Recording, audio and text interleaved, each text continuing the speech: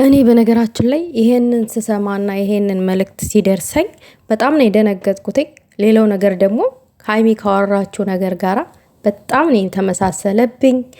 በጣም ማለት የውስጧ መከፋት፣ የውስጧ ሀዘን፣ የውስጧ መሰበር በቃ የገለጥኩበት እውነታዎች በዚህ አሁን በደረሰኝ ነገር ነው።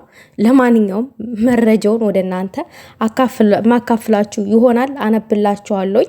ይኸው እዚህ ጋር ጽሁፉንም ለጽፌላችኋለሁ ማለት ነው። ሰላም ጤና ይስጥልኝ ውዶቼ፣ ሰላማችሁ ብዝት ትረፍረፍረፍ ይበልልኝ።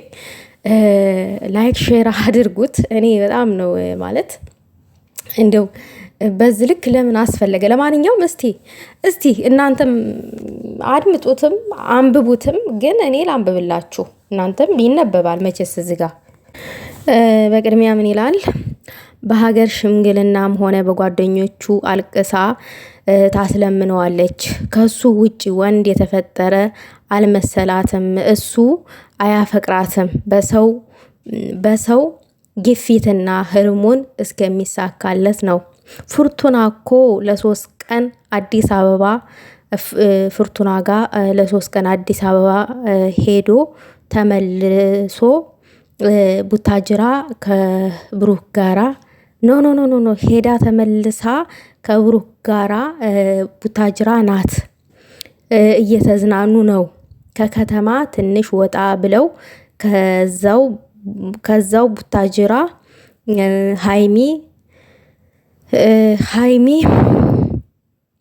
እቅዬን ላወጣ ነው ብላ አዲስ አበባ ትሄዳለች። እነ ብሩክም ይሄዳሉ። እኔ አወጣለሁ አንቺ ተቀመጪ ማለቱም አይቀርም። ቤተሰብ አሸንፎ ስለነበረ ከብሩክ ጋራም የነበረችው ትናንትና ጋሽዬን ከቤትህ ታስቀምጠኛለህ አለችው። ዞሮ ዞሮ መግቢያው ጭራሮ እንደሚባለው እነሱ ናቸው። ጋሽዬን ለምነው ካስታረቋት ትታረቃለች። ዝም ካሏት አዲስ አበባ ትሄዳለች። የብሩክ ቤተሰቦች ጓደኞቹም ብሩክ ሀይሚን አልፈልጋትም ብሎ በውስጥ ስለነገራቸው እነሱ ዝም አሉ። ዝም ብለዋል። ለዛ ነው ዝም ያሉት። በነገራችን ላይ ጽሁፉን በትክክል ያነበብኩት አይመስለኝም። ምክንያቱም እዚህ ጋር ብዙም እየተነበበልኝ ስላልሆነ ነው። በጣም ትንሽ ራቅ ብሏል ማለት ነው። እና አብሮ ቢሆኑም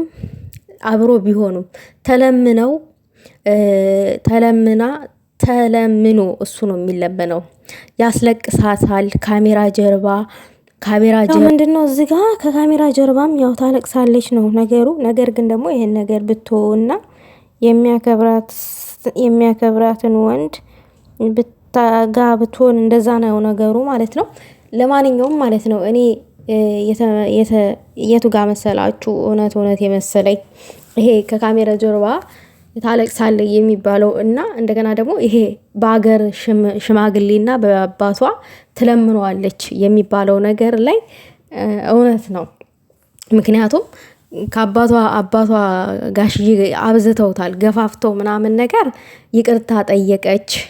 ከዛ በኋላ ደግሞ ይቅርታም ጠይቃ ይቅርታዋን መቃበል አልፈለገም። ነገር ግን ደግሞ ያው ተለምኖም እሱም አብረው ሊሆኑ ይችላሉ። ነገር ግን ደግሞ ያ ዘለቄታ ሊሆን አይችልም። ሌላው ነገር ደግሞ ለጓደኞቹ አልፈልጋትም ብሎ ስለተናገረ ነው አሁን ላይ በብሩኬና በሀይሚ ጣልቃ ገብ ያልሆኑት። ለነሱ በውስጥ ነግሯቸዋል የሚባል ነገር ነው እዚህ ጋር ማለት ነው። እንግዲህ ይሄ እውነት ይሁን ውሸት እግዚአብሔር ነው የሚያውቀው። እውነት ከሆነ ግን በጣም ያሳፍራል። ምክንያቱም ይቺ ልጅ ያኔ በዳይ አይደለችም፣ ተበዳይ ናት። እኔ ደግሞ በጣም ያናደደኝ ነገር አላለቀሰችም። በደንብ በተለይ ደግሞ እኔ ሲስቲዮብ ምንድን ነው ችግርሽ ከሀይሚ?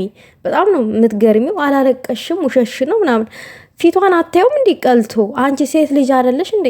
በዚህ ልክ ለምንድን ነው ፈራጅ ቆራጭ የምትሆኑ? ለምንድን ነው? ለምን በራሴ ካልደረሰ አላምንም፣ የሰው ቁስል ምናምን የሰው ህመም አይገባኝም አልሽ? ምን ሆነሽ ነው እንዴ? ግድ ብሩኬን ለማግኘት ሀይሚን ዳውን ማድረግ አለባችሁ እንዴ? ብሩኬን እኮ ራሳችሁ ተፍ ብላችሁ የራሳችሁ ማድረግ ነው እንጂ ሀይሚ ተሰድባ አይደለም ብሩኬን ማግኘት የምትችሉት። የራሳችሁን ተሰጦ ተጠቀሙና ራሳችሁ አድርጉ። ምንድነው የዝን ያክል ሀይሚ ግድ መንቋሸሽ አለባት እንዴ?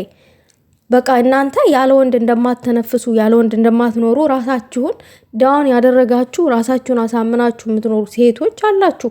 ሁል ጊዜ ሀይሚን በቃ ዳውን ለማድረግ እከካችሁን የምታኩ ማለት ነው። እኔ በጣም ይገርመኛል። አላለቀሰችም ምናምን። አረ እንደው መድኃኒዓለም የስራችሁን ይስጣችሁ እንዴ! ፊቷ፣ አፍንጫዋ፣ አይኗ ምናምን በርበሬ ሆኖ ምናምን በገመድ ጢል ብላ ነበር ማሳየት ያለባት እናንተ እንድታምኗት። ምንድን ነው ችግራችሁ? አንዷ ደግሞ ያቺ ፌክ ሀቢባ የምትባለው ፌኳ ሀቢባ ማለት ነው። በእሷ 30 ምናምን ሺህ ደርሳ ምንድን ነው እንደዚህ ቢዝነስ ለመስራት ካሜራ ደቅ ነው ማልቀስ ምናምን ነገር ይለቀስልሽ። እከካም በእሷ 30 ሺህ ፎሎ ሰብሰቢ ዛሬ ሀይሚ እንዳውን ለማድረግ እከክሽን ታኪያለሽ። ቅመሟ የት ነች ምናምን እያልሽ ግጥም ስገጣጠሚ ነበረ። ይሄም ለፎሎች ነው ቅማል። ለእሷ ከልብሽ ስለወደድሻት አይደለም። እሱን እንኳን ተይው። ስንት የሚወዷት ትልቅና ትንሽ የተማሩ የተመራመሩ በጣም ምሁር የሆኑ ምናምን ነገር እህቶች ወዳጆች አሏት ሀይሚዬ። እነዚህ መደነቅ የሚገባቸው በጣም እኔ በነገራችን ላይ በዚህ በሀይሚዬን በነሱ የሆነ ሰዓት እሄድበታለሁኝ። በጣም ማውራት የምፈልገው ነገር አለ። ከነሱ ውስጥ ደግሞ በጣም የሆነች በጣም ተሰጦ ያላታለች እና ይሄን ነገር ብትሰራበት ብትወጣ ምናምን ነገር ብዬ ምናምን ነገር በጣም ተማዳመጤ የተነሳ ብቃቷ ምናምን ነገር በጣም ነው የተመቸኝ ነው ምናምን የሚባለው እና በቪዲዮ እሰራለሁኝ። ግን ለአሁኑ ግን ማለት ነው ሴት ሆናችሁ እኔ ላይ ካልደረሰ አላምንም የምትሉ ቅማላሞች ሀይሚ ያውቃ ነው ውሸቷን ነው አላለቀሰችም ምናምን እከኩ ናችሁ እናንተ። ብሩኬ እኮ አናቷ ላይ ወጣ ከነ ጫማው ነው አናቷ ላይ ወጥቶ የተጎለተው ማለት ነው። ለምኑኝ አለ ምናምን ነገር። ፈጣሪ ነው የሚለምን፣ የሰው ልጅ አይለመንም።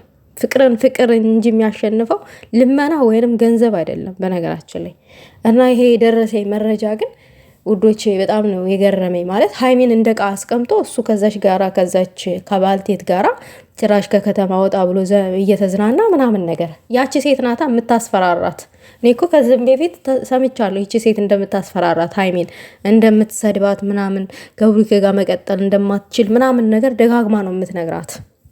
እና አላቅም ማለት የሆነ ወንድ ልጅ ለነገ ብሎ የሚያስባትን ሴት ኖ አትናገሩብኝ፣ እሷ እኮ አንዷ የህይወቴ ገጽ ናት ብሎ መናገር ነበረበት።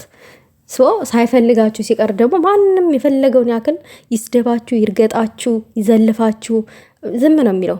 ምክንያቱም አይፈልጋችሁማ። ነገ ከእናንተ ጋር አትቀጥሉም። ከእሱ ጋር እናንተ ቀጣይ አይደላችሁም እንዴ።